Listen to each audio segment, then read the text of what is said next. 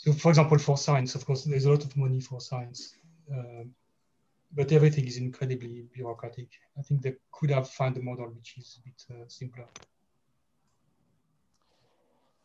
Bem, vamos dar início.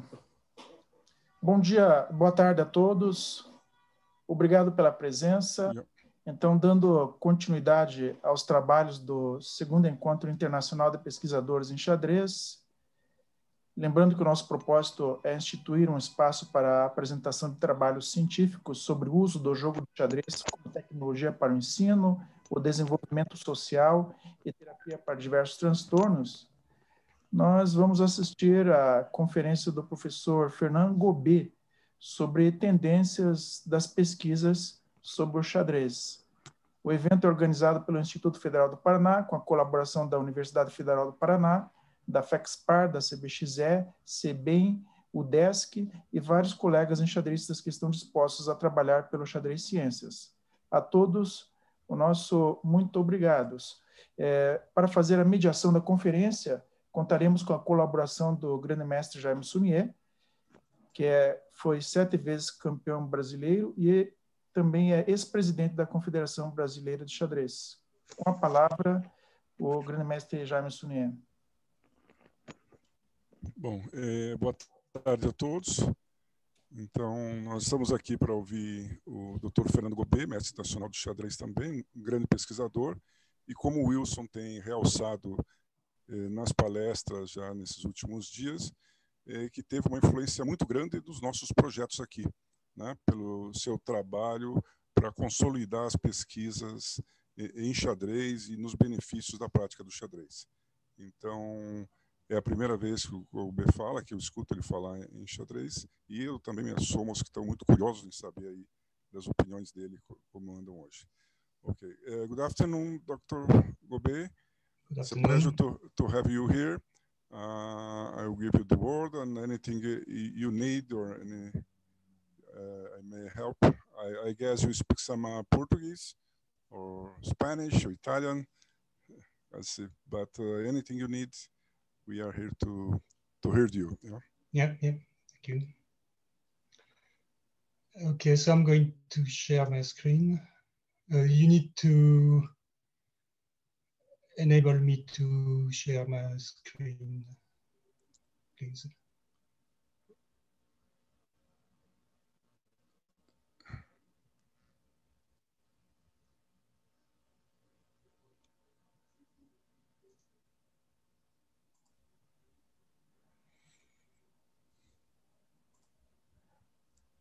I think you can share now. Yep. I think you can share your screen now. Yeah, thank you. Okay, today I'm going to talk about recent trends in the chess research. And this is an overview of my talk. First, I'll give you a very brief summary of research on chess. And then I'm going to focus on a few specific topics. So the first one is deliberate practice. Then I'll talk about intelligence. Then I'll talk about chess and education, which is probably the topic you are most interested in. And I'm going to focus on the question of transfer of skill. And at the end, I'll talk about the use of databases to develop our understanding of psychological questions. And I'll talk about 2 specific topics. The first one is risk across different countries. And also I'll talk about aging. Now, for many years, chess has been a very active domain of research. And there has been a huge number of studies carried out on this game. And the studies have been carried out in many different domains, psychology, education, neuroscience. There has been also a lot about computer science and artificial intelligence. And some studies have also been done in mathematics. However, today I'm going to talk only about psychology and education. Now we can very roughly summarize chess research by identifying two periods. The first one, I'm going to call it the classic period of chess research, and the second period is going to be current research. So the classic period of chess research, I would say, started at around 1950 and lasted until about 2000. And this was characterized by seminal contributions of Adrian de Groot and Herbert Simon. And of course, many, many other players and scientists contributed to the research. The main themes were the study of perception, the study of memory, and also the study of problem solving. And by problem solving, I mean the question of how players, in particular very strong players, can find a good move, and in some cases can find a good move very quickly. And this classic period used mainly two methods. The first one is to carry out experiments. Sometimes in the experiments, the players are asked to think aloud. So they would be given a problem situation, and they would say, okay, white is better. What if I take the knight with the bishop, and so on and so forth. Also very characteristic of this period is the use of computer modeling. And in general, this period has some very strong links with artificial intelligence. Now, if you want a summary of this kind of research, you can find it in my research. In fact, this book also talks about the current research, which I'm going to define as starting from 2000 until now. Now, some of the old themes are still present, but there is a very clear shift in emphasis. And the main themes of research are deliberate practice, and I'm going to talk about that in some detail. Also, the study of individual differences. So in psychology, individual differences cover personality and intelligence, and I'm going to focus on intelligence in this talk. And quite a lot of research has been done on education, as I mentioned before, on the question of transfer. Also, a fair amount of research has been done on aging, and I'll talk about this as well. Now, if you look at the methods, people have still been using experiments, but they've been using a lot of questionnaires, much more than in the previous period. And also they have used the analysis of databases, and that's relatively new. And as I mentioned before, I'm going to give you two examples of these. And by databases, I mean both databases of ratings, for example, the FIDE database with the rating that is published every 2 months or so, but also databases of games. So let's look at the first topic, deliberate practice. Well, the idea of deliberate practice was proposed in a very famous paper by Ericsson, Krampe, and Telschromer in 1993. And they argued that if you want to be an expert in almost any kind of domain, what you need to do is to practice a lot and practice in the correct way. And they argued that basically talent plays very little or no role at all in acquiring expertise. Another idea is that it takes about 10 years of deliberate practice to become an expert. Now, what is deliberate practice? It consists of goal-directed activities which tend to be repetitive and that enable immediate feedback. So in chess, that would typically be try to find the solution of a problem. So you look at a position, you give yourself 1 minute to find the solution, and then you have immediate feedback by looking, of course, at what was played in the game. Typically, these activities are carried out individually. And according to Ericsson and colleagues, these activities tend to be effortful and not particularly enjoyable. Also, you cannot practice too much, and typically you can practice seriously only for a few hours a day. And this is because in some sports, if you practice too much, you are going to have risks of injuries. And in domains like chess, you could suffer from burnout. So basically, if you practice too much, after a while, you just get disgusted of anything related to chess. Now, the theory has been very influential, and a lot of scientific research has been carried out to test the validity of the theory. Many domains of expertise have been studied with this theory in mind, going from sport to science to the arts. And of course, chess has been one domain that has been used to test the theory. And also, if you look at popular science books, quite a few of them actually talk about this theory, and many of them actually focus on the 10-year rule. So the idea that it takes 10 years of practice to become an expert in any kind of domain. So what do the data say about the theory? And of course, I'm going to focus on chess. So together with Guillermo Campitelli, who then was my PhD student, we collected data on the role of deliberate practice in chess. And we used the standard methodology in that field. So we basically used retrospective questionnaires where we asked the participants a number of questions about their practice activities. So how many hours did you practice a day, 1 year ago, 2 years ago, 10 years ago, and so on? What did you do? What were the activities? Did you enjoy it? And so on and so forth. And I'm going to give you only, of course, a brief summary of what we found.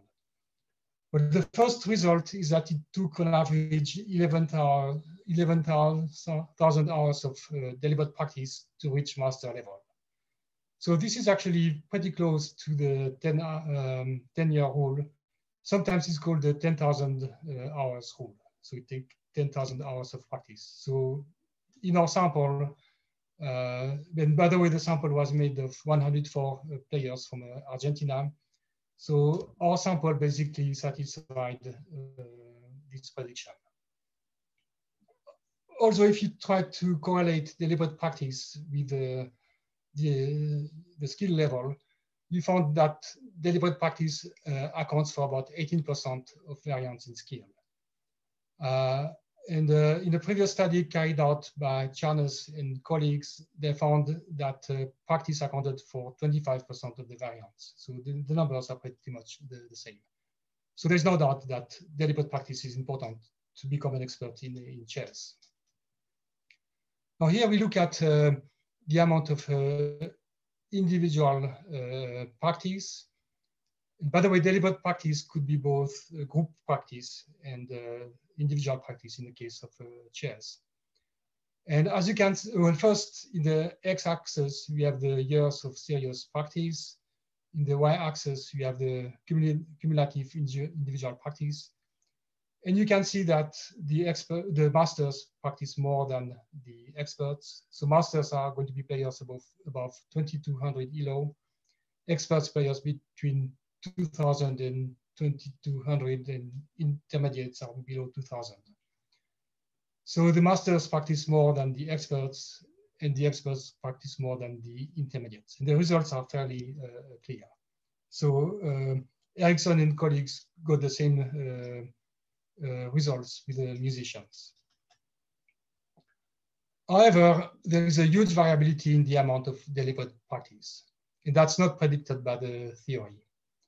So some players took 8 times longer than others to become masters. So some players needed only 3,000 hours of deliberate practice, while other players needed 24,000 hours. Of course, this is a huge difference.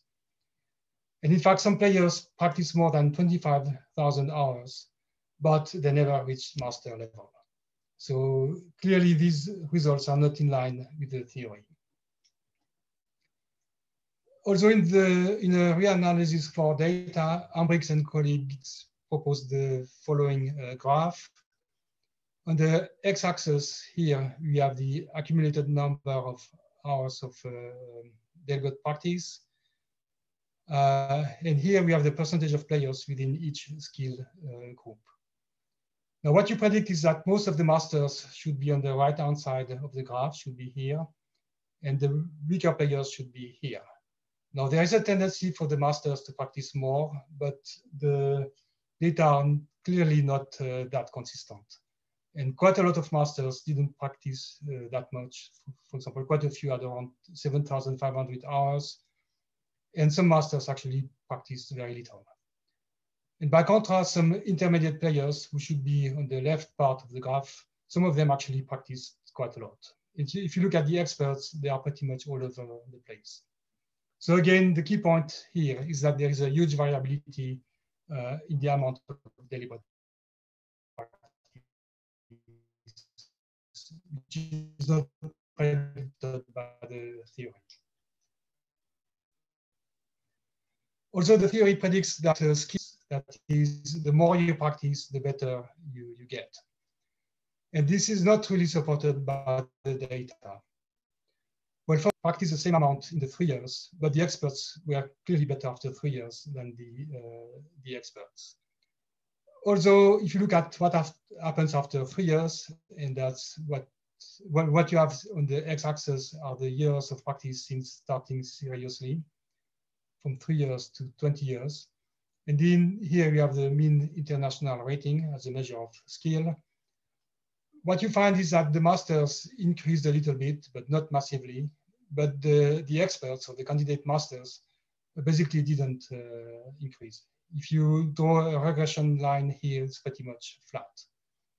And of course, these players practiced a lot. So in spite of practicing a lot, and they did the right thing, they did all the things related to deliberate practice, they didn't improve that much.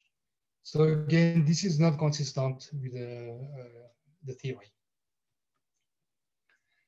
And in fact, some other factors non-related to practice seem to play a role. And from the same study, we also looked at the age at which players started playing chess seriously. And there is a correlation between the starting age and the current rating. And this correlation was minus 0.40. It is negative because the earlier you start, the higher your level are. And very importantly, you get this correlation even if you correct for the amount of deliberate practice. Another way to look at this is to look at the probability of reaching an international level as a function of when you start practicing. And for the players who started to play seriously, so to practice seriously at the age of 12 or before, the probability of becoming an international master basically was 0.24, which is actually quite high. So this means that for these players, they had basically 1 chance out of 4 to become a player of an international level. For the players who started practicing after the age of 12, the probability was only 0.02, which is obviously much smaller. So this result is in fact consistent with an idea that was proposed by Illo in his 1978 book. And the idea is that there is a critical period for the acquisition of chess skill. And according to our data, 12 would be the kind of cutting point. So if you start at 12 or before, the chances are pretty good that you are going to be a strong player. If you start after, the chances are going to be much, much lower. Another factor that was important is handedness.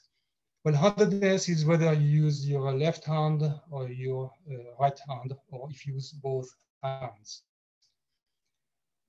And we measure that with a simple questionnaire called the Edinburgh questionnaire. In the population, the prevalence of people who are not right-handed, that is people who are either left-handed or ambidextrous, so this prevalence is about 10%. In our sample, it was 18%, which was a reliable difference. Also, what you can measure is the degree of handedness, that is, whether players are extreme left-handed or extreme right-handed. What we found is that in our chess sample, people tended to be more in the middle. That is, they tended to be more ambidextrous. However, whatever measure we use, there was no correlation between handedness and chess skill. So handedness basically was a factor which differentiate players from non-players, but within the chess sample, there was no correlation. So to conclude this part about deliberate practice, it seems that deliberate practice is necessary, but not sufficient to become an expert in chess. Other factors are important, and some of these factors, and I've talked about handedness, might be innate in the nature. And in general, the results from chess converge from results from other research in other domains. And the key message here is that basically practice, deliberate practice is necessary, but not sufficient. So the second topic is intelligence. Intelligence, of course, is a very important topic in psychology. But I should say that it's a topic that has generated a lot of controversy. There's some disagreement about the exact definition, but I'm going to propose two definitions. The first one proposed by Burt in 1949 is that intelligent is a general mental efficiency. Another definition proposed by Klein in 1991 is that intelligent concerns the general reasoning capacity, which is useful in problem-solving tasks of all kinds. In general, I believe that intelligence is a valid concept, and of course, many researchers share this belief. In particular, measures of intelligence correlate with other measures such as education level, performance in job, and so on and so forth. Although chess has been considered by many as a paragon of intelligence, and I'm going to try to answer the question as to whether this is true or not. But before I talk about the data, I would like to remind you of a few concepts from statistics. Well, first, the concept of correlation. So that's a linear relationship between two variables. Then the concept of an effect size. So this is basically a simple way of quantifying the difference between two groups. And here I have the formal definition. So D, which is one of measure of effect size, there are different measures, is the mean of the experimental group minus the mean of the control group divided by the pooled standard deviation. So in our case, the experimental group is going to be the group playing chess, and the control group is going to be a group not playing chess. And then there's a concept of meta-analysis, which are going to use quite often. So a meta-analysis is a statistical procedure that allows you basically to quantitatively compare the effects of a treatment. As I said, the treatment could be chess, but it could be other things like drugs. So this procedure allows you to compare the effect of the treatment between different studies. And also it allows you to calculate an overall effect size. And meta-analysis can also be used with the correlations, which is what I'm going to use right now. So a first question related to intelligence is the following: are chess players more intelligent than non-players? So together with Giovanni Sala, that was the framework of his PhD, we studied this question. So we looked at all the published papers which collected data about this. We found 7 independent samples with a total of 485 participants, which is not a huge number, but still that's what we found. And we did find a reliable medium-sized meta-analytic effect. So the effect size was about 0.50, which is about half a standard deviation. So that's reliable and relatively strong effect size. So the good news here is that chess players on average are more intelligent than non-chess players. The second question is, within the sample of chess players, is skill in chess going to correlate with intelligence or with IQ? And that's a study I carried out with Bourgogne and a few other players. Here the sample was not much larger. We had 26 independent samples with a total of about 1,800 participants. And we did find reliable correlations. For example, if you look at all measures of intelligence together, the correlation between skill in chess and intelligence was about 0.24, which is a medium-sized effect. Now, we also looked at specific types of intelligence. The first one is called fluid intelligence. So this is basically the ability to think in real time. And again, the correlation between skill in chess and intelligence was about 0.25. And roughly the same result was obtained when we looked at the crystallized intelligence, which is really about knowledge and about comprehension. And here the correlation was about 0.22.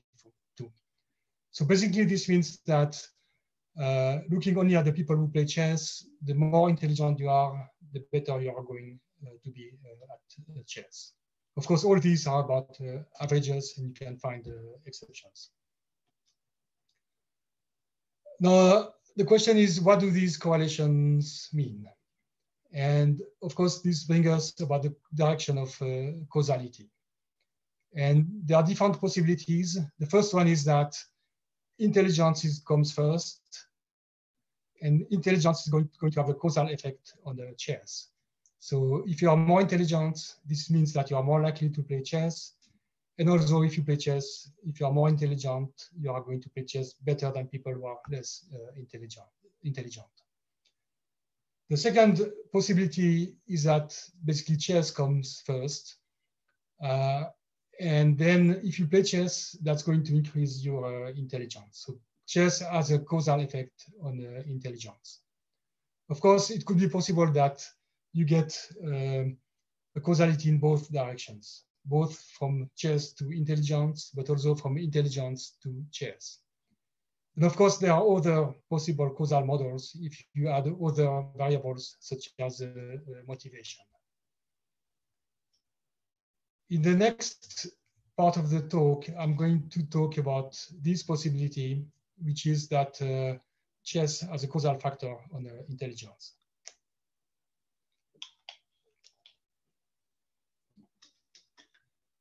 And this, of course, is a question of transfer. If you teach chess, are you going to affect things like your intelligence? Are you going to affect things like your skill in mathematics? Now, the question of transfer is a big question in psychology and education. And I first start with a few definitions. The first one is about transfer. So transfer concerns abilities developed in one domain that can be used in another domain. And then we can differentiate. So near transfer is about transfer to a similar domain. So you learn algebra, and then you learn calculus, and you expect that your knowledge of algebra is going to transfer to calculus. And the far transfer is about transfer to a non-similar domain. So you learn Latin, and the prediction, if you believe in far transfer, would be that your knowledge of Latin could affect the way you learn mathematics after. And the idea here is that when you learn Latin, this is going to increase not only your knowledge of Latin, but it's going to increase your, for example, your logical thinking, your ability to think in abstract terms. In logic and abstractions are going to be useful for mathematics. Some researchers in the field of chess, of course, believe that this is the case. And some of them have made very strong claims that, for example, chess makes children smarter. And the mechanism, one possible mechanism would be the same as what I said before. Basically, if you play chess, this is going to develop your ability to think logically, to think in abstractions. Maybe it's going to increase your working memory, and that's going to make you smarter in general. And in particular, it's going to make you better at learning mathematics. So basically, what I'm going to talk about now is a test of this hypothesis. Well, in 2006, with Guillermo Campitelli, that's the same Campitelli as before, we carried out a systematic review of the literature on this question. And the results were very disappointing. Well, first, there were few studies that were scientifically valid. Most of them were just basically descriptive or commentaries. And very few studies actually were published in a journal after having been peer reviewed. I think there were only 2 or 3. And there were no clear evidence for far transfer. In that paper, we proposed what we thought would be the ideal experiment for testing this hypothesis. So we should have 3 groups: a treatment group, which is obviously about playing chess, a passive control group, which doesn't do anything special, so it's basically business as usual, and then an active control group. So the active control group is going to music, and this is going to control for placebo effects. So maybe it could be the case that just doing something new basically is going to increase your intelligence. In fact, there is some data supporting this possibility.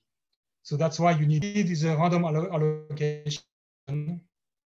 So you randomly allocate players to the different groups. Now, practically, it's very hard to allocate players. And typically, people have allocated the classes randomly to the different groups. And then, of course, you have measures before the treatment, which we call pre-test measures, and the same kind of measures after post-test measures. And you are interested in the difference between the post-test and the pre-test. And you hope that after the treatment, for example, with a measure of intelligence, the level of intelligence is going to be higher after the treatment than before. And of course, you do that with the 3 groups.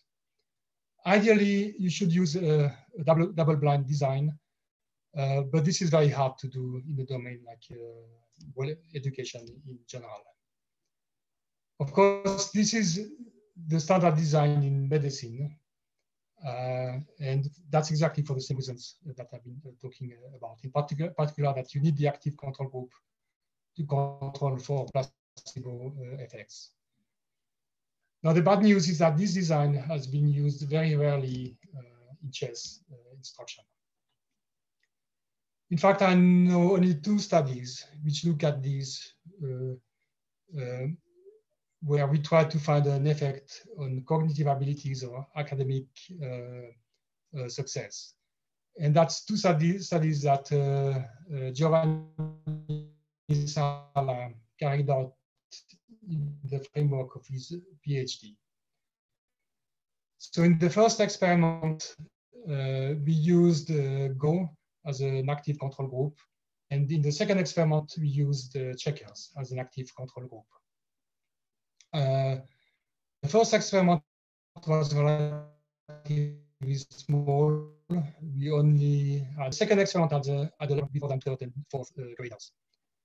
And as pre-test and post-test, we used the mathematical problem solving, but also metacognitive skills. And the classes were randomly assigned to the 3 groups. And of course, the 3 groups were one group that had the chess lessons, one group that received either Go or checkers lessons, and one group that didn't do anything special. In that case, they just were following regular school activities. Unfortunately, we didn't find any evidence at all of far transfer. We also carried out a meta-analysis. We found 24 studies that included our criteria. Altogether, these include both the people in the chess group and the control groups. The good news is that the quality of the research was much better than in the previous review.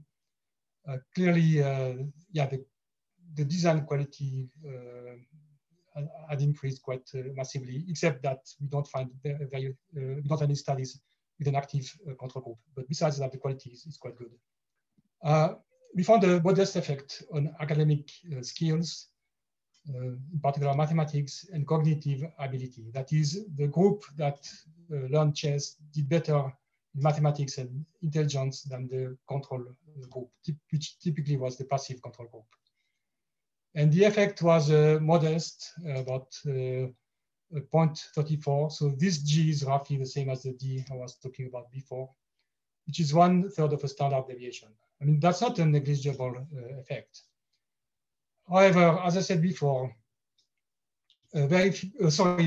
first, this is the a funnel plot showing the data. On the x-axis, we have this measure of effect size. In our case, it's called the edges G. And here we have the average effect size, 0.34. And on the y-axis, we have a measure of a standard variability, which is a standard error. So as we move towards the top of the scale, the errors becomes very small. So the studies here are better than the studies here because they have less standard error. And typically here, the studies have much more participants than the studies here. There is a fair amount of variability, which is typical of what you find when you do a meta-analysis. Roughly, it's distributed on both sides of the mean. And here we have some studies with large positive effects, but these tend to be a bit suspicious. In particular, these data points are studies where the variability was quite high. So these are studies that typically had a few participants, but again, a large effect size. But again, at face value, there is a modest effect size, but it's actually quite hard to reach a conclusion about this because, as I've mentioned before, very few studies used an active control group. And this means that you cannot reject the possibility of a placebo effect. Although many studies, in fact, didn't really use random allocation, which means that there could be a self-selection effect. And also an important point is that a little bit after our meta-analysis, the results of a very large study were published. And this study was carried out by the Institute of Education in London, by Jerry and colleagues. And they had a very large sample, almost 4,000 children. So again, this includes both children in the chess group and in the control group. They had only one passive control group, so no active control group. But even without an active control group, they didn't find any effect of literacy, science, and mathematics. And the results were very clear. The effect is basically zero for all literacy, science, and mathematics. So that was quite disappointing. Now, I think it's important to go beyond chess and to look at similar research done in other domains. And in fact, a lot of research has been done on this broad question of transfer, in particular, far transfer. And in particular, a lot of research has been done in the field of cognitive training. So cognitive training includes activities such as working memory training, video game playing, music, exergames, and chess could be included here too. And what we did, well, in fact, with Giovanni Sala, we carried out many meta-analyses so we did meta-analysis for all these domains. And typically we didn't find any effect at all. In particular, when you control for the kind of control group you have, and in domains like working memory training, they almost always have an active control group, so you don't find any effect at all. So what we did is to use a fancy technique called meta-analysis. So basically we put several meta-analyses together. It's also called a second-order meta-analysis. And that allowed us not only to see whether there is an effect in general, so looking at all these activities together, but also we could look at the variability between the different activities. So it could be the case that chess, for example, obtains better results than, let's say, working memory training. However, we didn't find, well, basically we didn't find anything significant. Well, first, the overall effect size was small, even when you include the passive control groups. And if you include only the active control groups, then the effect size was basically 0. Although there was very little variability between the types of training. In fact, there was no variability. So this means that there's nothing special about chess or about working memory training. And in general, it's very hard to obtain true far transfer. Now, of course, this is very disappointing. It's a bit depressing. And believe me, I didn't do this research to find this result, but this is what we have found all the time. And in particular, we found that in the meta-analysis. And what seems to happen is that the far transfer that is observed is only due to factors that are non-specific.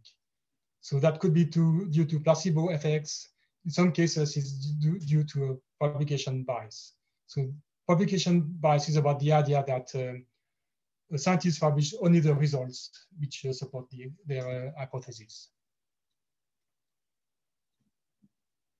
Okay, the final topic which I'm going to talk about very briefly is the use of databases, chess databases, to study psychological questions.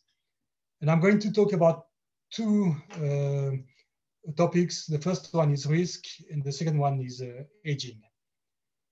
So the first one is risk-taking. And this study I did with Philippe Chassis, who also was one of my PhD students. And this study is a bit, well, is a bit surprising, and it's rather counterintuitive. So we were interested in what happens between different countries with respect to risk-taking. And we used a concept of civilization. So this concept was developed by a social scientist called Huntington, who published a book called The Clash of Civilizations. And he defined a civilization as a group of states that share similar values. And very briefly, Huntington's idea was that after the fall of communism, basically what is going to influence politics, in particular what is going to lead to conflicts, is not really things related to politics, but it's things related to culture. And he identified 11 different civilizations based both on religion and culture. And these are the civilizations he proposed: African, Buddhist, Ethiopian, Hindu, Japanese, Jewish, Latin, Muslim, Orthodox, Chinese, and Western. By the way, the Latin is all about the countries in Central America and South America. Spain and Portugal would be in the Western civilization. So we thought it would be interesting to apply this idea to chess. So we first had to define risk. So we look at Fritz Big Database 2010, and we define risk as the standard deviation around the expected value, which is the mean. And we looked only at the first move of every game. So we look at all the games in this database, and we use the three main groups. Well, one E4, one D4, and everything else. Of course, this is a bit kind of simple classification, but we thought it would be enough for what we wanted to do. And we called E4 as a risky, D4 as conservative, and other as mixed. That's based on the chess literature. But then we did compute the standard deviation for each of these openings. And that supported the idea that E4 is more risky. So the standard deviation with the E4 was 41.45%. With D4, it was 40.02. And with the other openings, it was 40.64. So we can see that the standard deviation is larger with E4 than D4. And the other openings are somewhere in between. Now, the differences are very small, but they are highly significant. And if you do a statistical test, in fact, the p-value is incredibly small. So these differences are reliable. So we were interested in experts. So we look only at the games from the expert players in this database. So experts are players with an ELO larger than 2,000. And we used a period of 11 years. Altogether, we had almost 700,000 games. And for each player, we identified the country basically by looking at the name of the player in the FIDE rating database. And also we had the condition that we needed at least 1,000 games for each civilization, just to have a reliable results. In fact, we excluded 2 civilizations that didn't have enough games, the Ethiopian civilization and the Japanese civilization. Well, here we have the results. On the x-axis, we have the civilization. On the y-axis, we have the percentage of use of these 3 strategies, if you want, risky, conservative, and mixed. And you can see that there are differences between the civilizations. By the way, there are also differences in the number of games that were played. So for example, the number of games in the Western civilization is much, much larger than the number of games in the African civilization, which might actually be an issue. But in any case, we did find reliable differences. And typically, as the proportion of the risky strategy, so first E4 increases, also the proportion of the conservative strategy 1D4 decreases. And the Jewish civilization was the less risky and the most conservative. And the Buddhist civilization was the most risky, or the one that played E4 the most often. You are particularly interested in the Latin civilization, I'm sure, and you can see that you like risk. We also look at how often the games were ended in a draw before move 15, which is a kind of measure to avoid conflict or avoid risk. Players in the Buddhist civilization never agreed in a quick draw, in Grandmaster draw. While the players in the Orthodox civilization, which is mostly Russia, had about 8% or even more than 8% quick draws. And the Latin American players had a fair amount of quick draws. Now the results are interesting. What they really means, I'm not quite sure, to be honest. Although they are slightly contradictory. If you look at the Latin American players, they tend to have a fair amount of quick draws, which means they would avoid the conflict. At the same time, if they play a game, they tend to have a kind of risky strategy. So,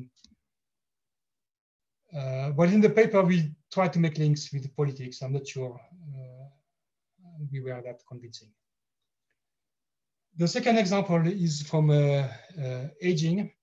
And that's a study by Vachi, Gula, and Bilalic.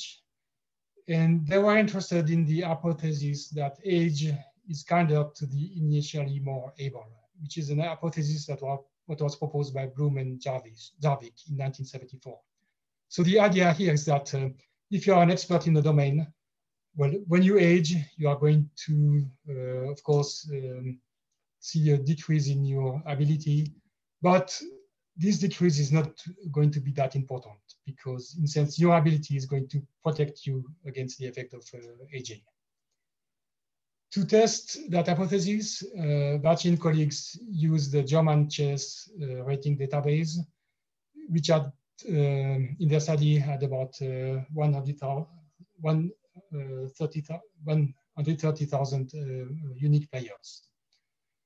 The advantage of using the German database as opposed to the FIDE database is that most of the tournaments, if not all the tournaments in Germany, are going to be entered in the database.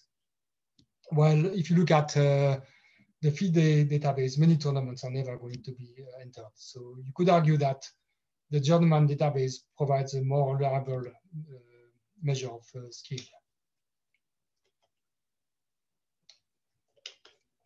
Although for many years, the German database didn't suffer from restriction of range, the idea here is that beginners were included for many years. If you look at the FIDE rating list, for many, I think now beginners are included, but for many years, they definitely were not included. Now here we have the results of the study. So basically what they did is to follow each player for many years. So they can look at the rating of these players as a function of age. And obviously they look at the average between non-experts and the experts. So we have age here and the rating. And as people get older, well, get adults, of course, their rating improve. And then you can see the effect of age and the rating decreases. And of course, this is the same for the experts. And what is interesting is to look first at the peak of the function. So for the experts, the peak is at around 35 years of age. And this comes earlier than for the non-experts.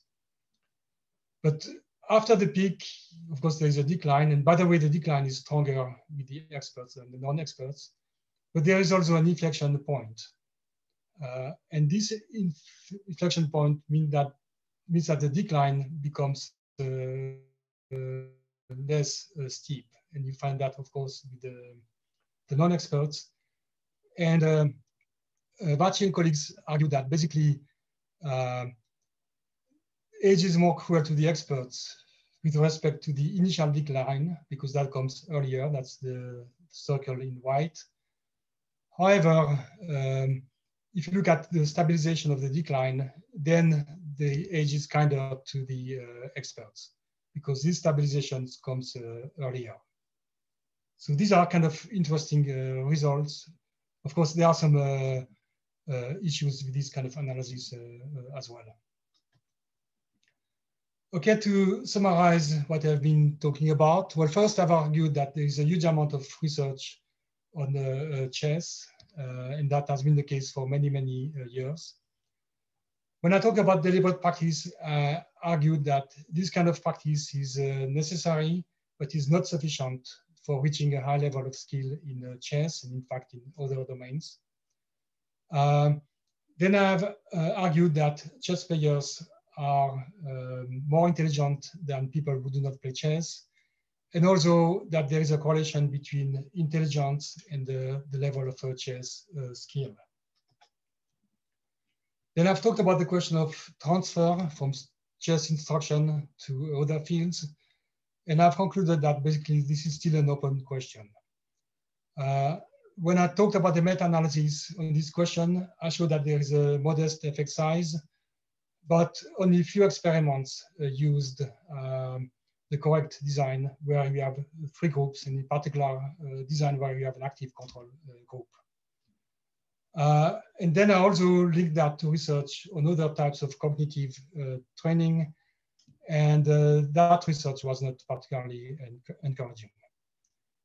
Now, I know that many of you are interested in using chess to improve, for example, skill in mathematics. I think if you want to do that, what you need to do is to basically use information from the domains that you want to improve. So for example, if you want children to improve their mathematics by playing chess, when you teach chess, you need to directly include concepts from mathematics.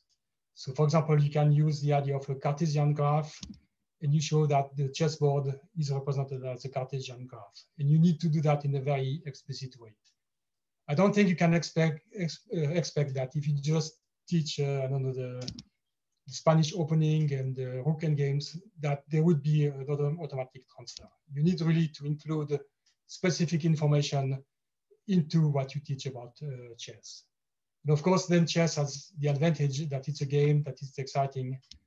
And it's probably the case that children are going to be more excited to learn about mathematics when they play chess than when they just learn mathematics.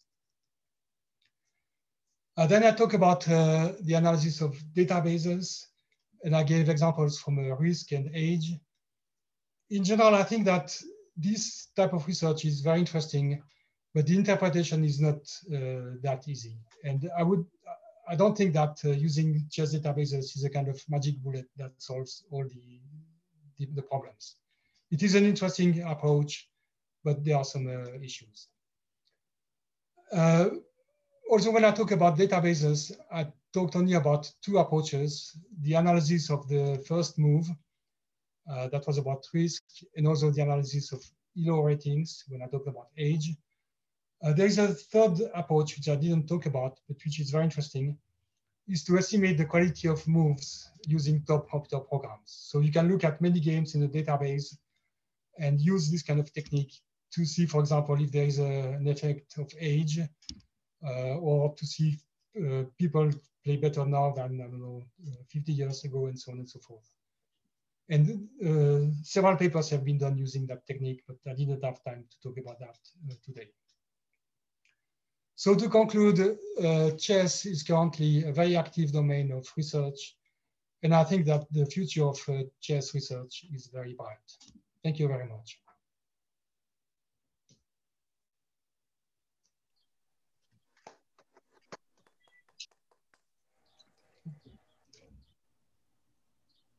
So do you have any questions? Thank you very much. Yeah, I think you can see some in the chat. Yeah. For me? I guess there are one from Carolina. Okay, the chat. Yeah. Let me. Oh, okay.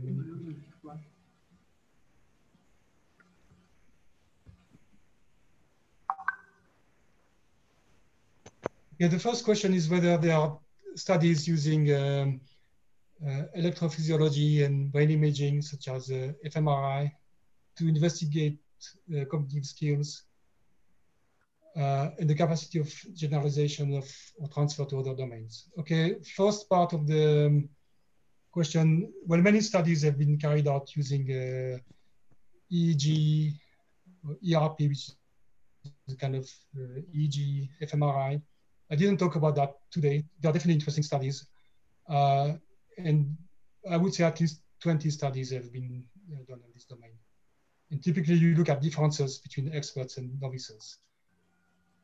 The second part of the question is whether such techniques have been used to study the question of transfer. I don't think there is any study with respect to chess.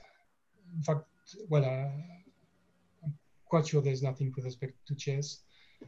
Some studies like this have been done in other domains, definitely with respect to working memory training. And in some studies, what you find is if you look at brain activity, or sometimes even the structure of the brain, there are differences before training, if you compare before training and after training, so with working memory training.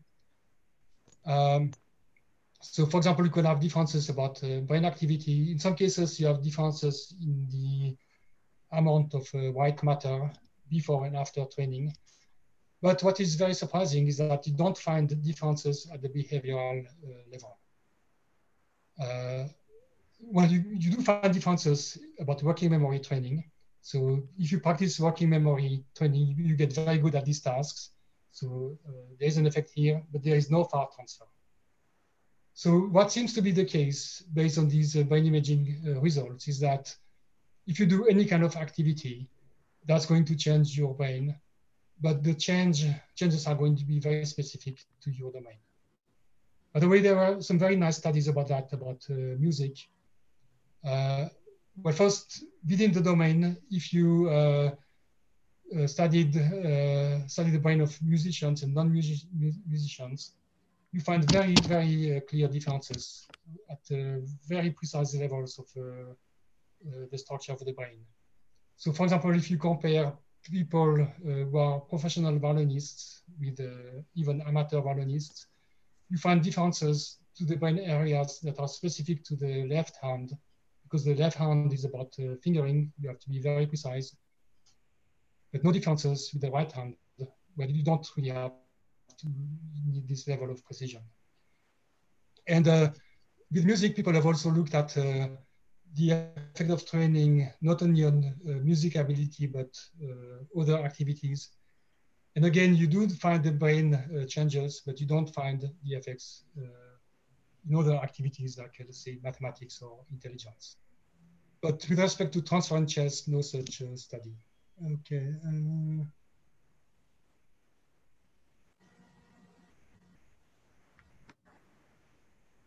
Okay, the next question is about improvement of intelligence. Does it remain in the aging process? Okay. Well, with respect to aging, the bad news is that as we age, we lose intelligence. So intelligence increases, of course, from being a child to being an adult.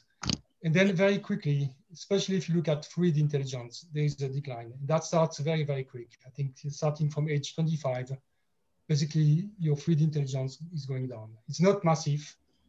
What is increasing is crystallized intelligence, which is basically knowledge.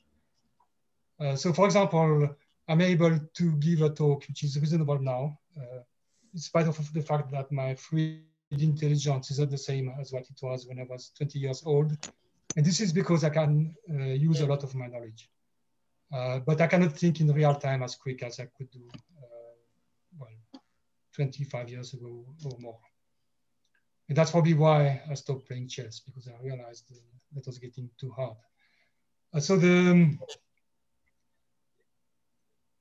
yeah, you do get these two different trajectories with respect to intelligence. The fluid one is going down with the age, and the crystallized intelligence or knowledge kind of increases. Of course, this is in the case of normal aging. Excuse me, could I mention something? Yeah, sure. Yeah. Regarding the neuroscience issue.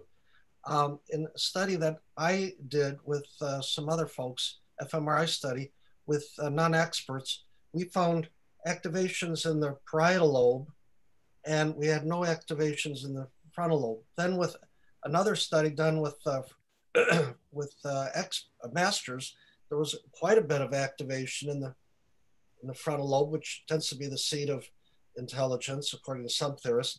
But then with even higher level players, there was all kinds of activations throughout the entire brain. This was done in Germany.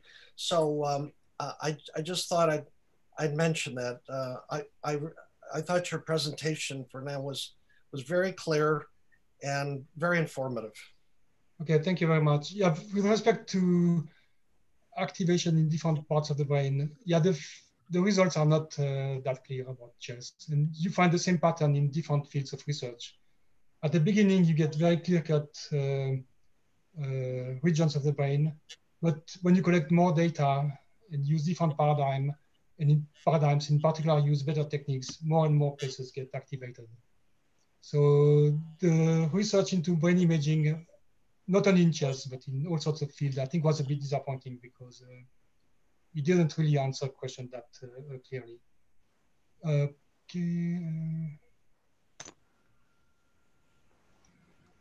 Okay, then there's a question about training methods in the educational field.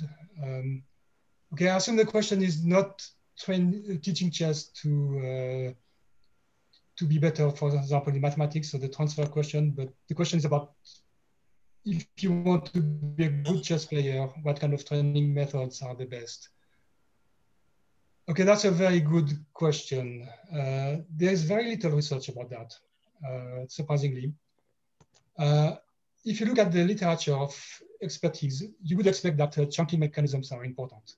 So the idea of chunking is that when you acquire skill in a domain, you acquire many perceptual patterns, like in chess, it's going to be a group of pieces, and you attach information to these patterns. So if you see I don't know, a weak square on d5, then you know that you should put the knight on d5. And that happens automatically.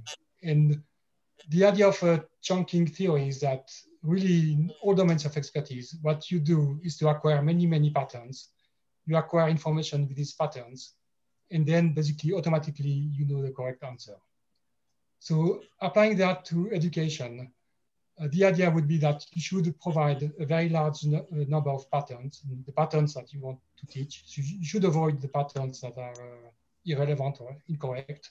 So you show the patterns which have useful information. You also teach the correct action that you should do with this pattern. And then you try basically to present both together or in quick sequence so that students can learn to associate both. And that's also what should be done in mathematics, for example. In mathematics, of course, there are patterns, there are methods, and you should teach students basically to associate the patterns with the methods. I would argue that this is definitely a good way to teach chess. Some methods do that. Other methods don't really do that, but definitely that's an important part of what you should teach. This being said, I'm not saying that pattern recognition is the only thing that is important in chess. You also need to teach players to look ahead, to do that in an efficient way. So you need to give them complicated positions where they try to anticipate moves.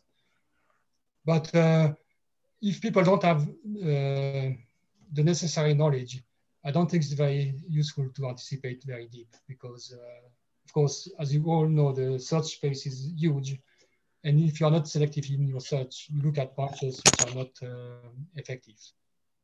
So basically, you need a combination of pattern recognition and search. And probably people who teach chess, again, in the goal of increasing expertise in chess, tend to give more emphasis to the search side, maybe not enough to the pattern recognition side. Of course, something which is taught massively, which is important, is knowledge, both about openings and endgames. And of course, there's knowledge about middle games as well. You need to acquire this knowledge. You need to teach that.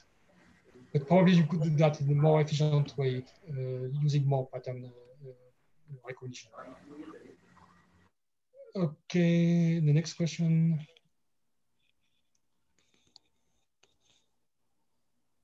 Okay, the next question is about the cognitive benefits of teaching chess in schools.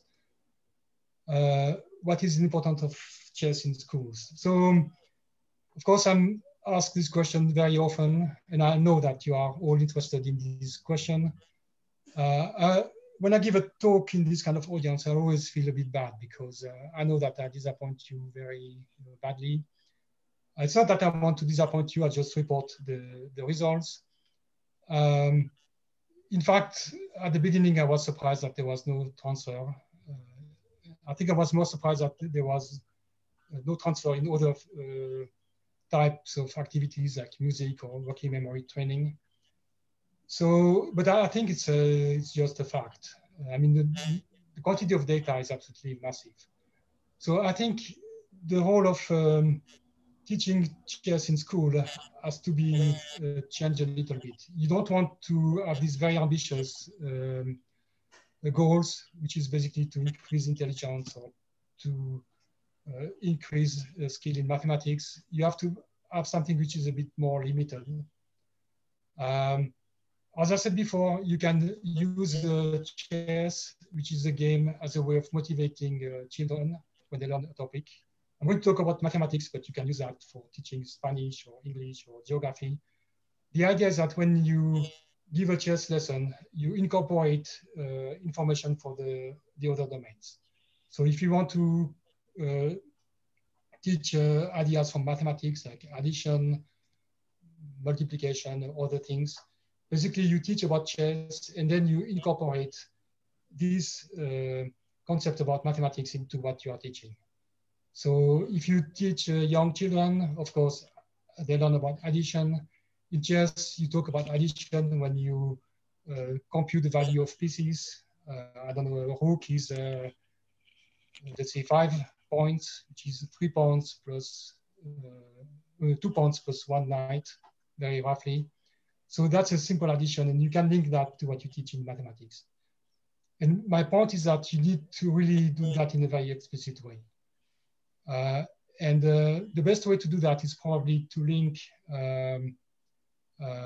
well, before you teach a lesson, you clearly identify what you want to teach, both in chess and mathematics, and then you make a link. And of course, you use the chess as a kind of interesting way to teach mathematics. So it's a bit more limited than what most people propose, but I think it's about more realistic. Although I think chess is a great way to teach social skills, integration skills, and there are a few skills which are maybe we could call them low-level skills, but they are important in life. So for example, you have to learn to lose. You have to learn to lose in an elegant way. So Trump, for example, should play chess. He would learn to lose in a better way than what he has shown so far. You learn that before you do something, you should think. You learn to congratulate your opponent and so on and so forth. And I think there are quite a lot of these small skills, which are maybe not that impressive, but I think they are important for making good citizens. But I think if you, to go back to mathematics, if you prepare your lessons very well, you can actually be quite effective in teaching relatively advanced concepts in mathematics. I don't think you can teach everything in mathematics using chess, but for a few things it can be quite useful. Okay, the next question is about transfer. Oh, that was the one I talked about, sorry.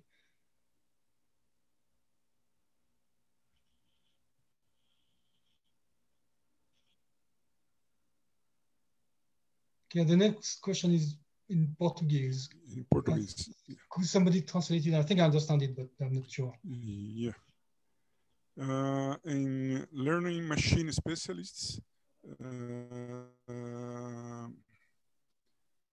the goal is to know the process. What to think about the transfer for other process. Should be to use the method, has knowledge of another areas of knowledge. I don't know. I think what the question is about that you could use chess as a way to understand the mechanisms that lead to learning, and then use these mechanisms in other domains like mathematics. Yeah, I totally agree with that. I think we have learned a lot about well, learning in general, expertise in particular, using chess. In fact, a lot of what you know about expertise directly comes from chess. And clearly that can be applied to other domains as well. I mean, of course, you're not interested in becoming Kasparov or Carlsen. You're interested in what happens at the early stages of learning. And the chunking is one mechanism that was identified with chess, which is obviously very important. Another aspect of the question is about machine learning. Okay, machine learning, there are different meanings of machine learning. The first one is to use machine learning, so artificial intelligence, to extract useful information from games, for example. That hasn't been done massively, but it's obviously something that can be done. Another meaning of machine learning, which is a bit more machine teaching, is to develop instructional methods, which are basically computer programs that teach you a specific activity. And that's something that hasn't been developed massively. Of course, there are just tutorials like you can find online, or you can buy programs, but typically they are not based on, I would say, what we know about learning. In several publications have proposed to use things, for example, like chunking to develop instructional methods that could be automated. But as far as I know, this hasn't been done. Okay, the next question is about what do you think about qualitative research based on interviews or testimony? I'm absolutely fine with qualitative research. So some researchers don't like qualitative research because it's not about numbers. They argue that this is too subjective and so on. In fact, all the research I've talked about deliberate practice, this is using interviews. So this is clearly qualitative research. One type of research that hasn't been used at all or very little about chess is to use even more qualitative research. So you could argue that deliberate practice is still about numbers because you ask about how many hours you spent doing this and that. But you could use much more qualitative research, which is what exactly you do when you train. Give me an example. Or what kind of strategies are you using, not only when training, but when you play a game? And that could be very interesting. And maybe the best example of that is the old book by De Groot, where he looked at great detail of people thinking aloud. This is kind of qualitative, I would say, but I think you can do even more qualitative research, and that would be very interesting. Really, the idea would be to ask experts about how they understand the domain. Again, what are the strategies? To talk about the domain at a more qualitative level. That I think would be very, very interesting. I've done qualitative research like that, but not on chess. And it's actually a very good question because there is very little like this on chess. And by the way, there are some methodologies for doing good qualitative research. So it's not only just about talking to people after a few beers. So there is really a proper method to do that. And you can validate hypotheses and so on.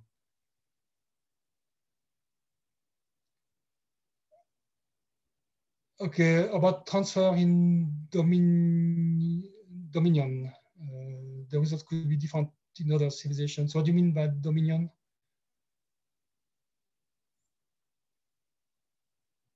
Help. I don't know what they mean about the Dominion.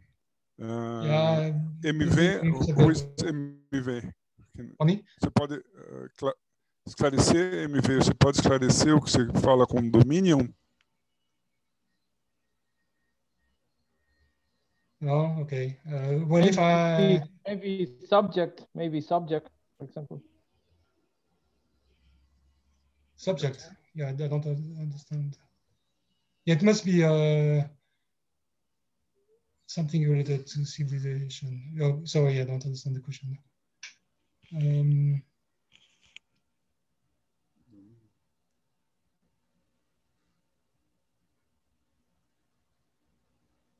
Well, in any case, okay. you saw any difference between the civilizations in the transfer? Or, yeah, okay, yeah, okay, yeah. So the question is putting together transfer and okay, yeah, I get it. Thank you very much. Other civilization. That's a good question. I don't really know the answer to that.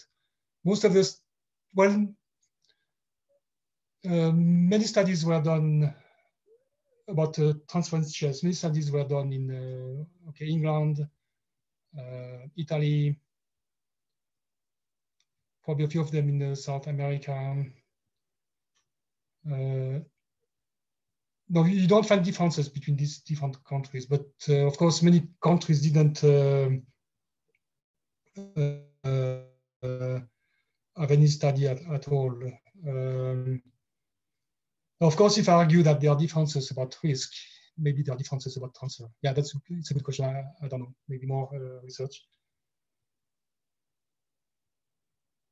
now there's a question about physics and differential equations. Now, of course, you could use the kind of mathematics used in physics. You could apply that to research in chess. In fact, the paper I mentioned before about by Bacci and colleagues, if you remember these curves as a function of aging, they use the differential equations to characterize these curves. And the points I mentioned about the peak and the inflection points were the first derivative and the second derivative. You definitely could investigate that in detail.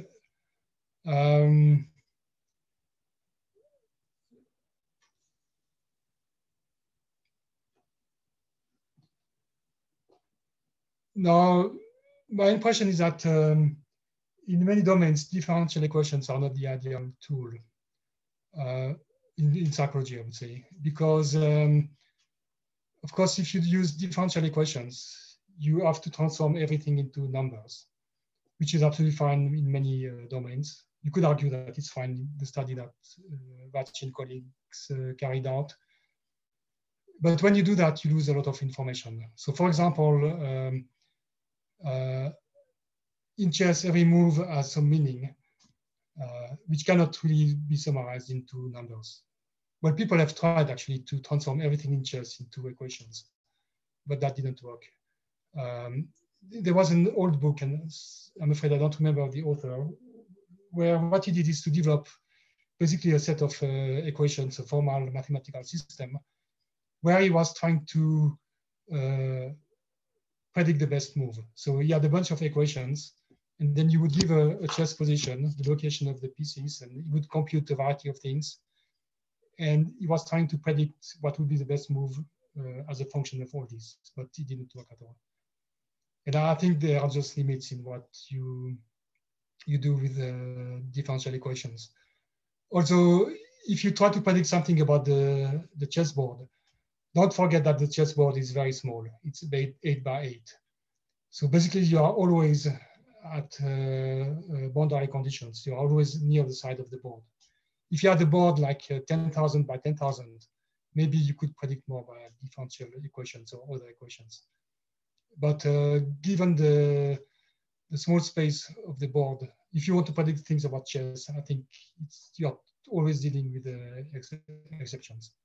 Of course, you can use various types of mathematics to predict, I don't know, how intelligence is going to develop and these kind of things.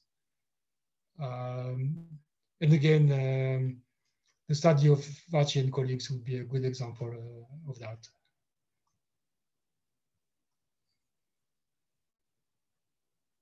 Okay, domain. Okay, yeah. I think I answered the question. Any more questions? Okay. Well, thank you very much. It was a pleasure talking to you. Yeah, you have a question? No, just to thank you very much. I think I have to thank you for all your research in your life. That's been very important for all the projects we have developed in Brazil, and you are always a reference, important one to us. So it was a pleasure to hear you talk about this research alive for the first time. Thank you very much. Okay, thank you very much. Have a good conference. To Valerio Bruzamoli, he will give you the thanks for the organization. Yeah, thank you very much. Thank you. Bye-bye. Bye. Thank you very much, Mr. Gobet. It was very nice to have met you here, and it was a very rare opportunity to hear you speaking. Many of our researchers are very happy to be here and they hear from you about researches and what you think about chess research.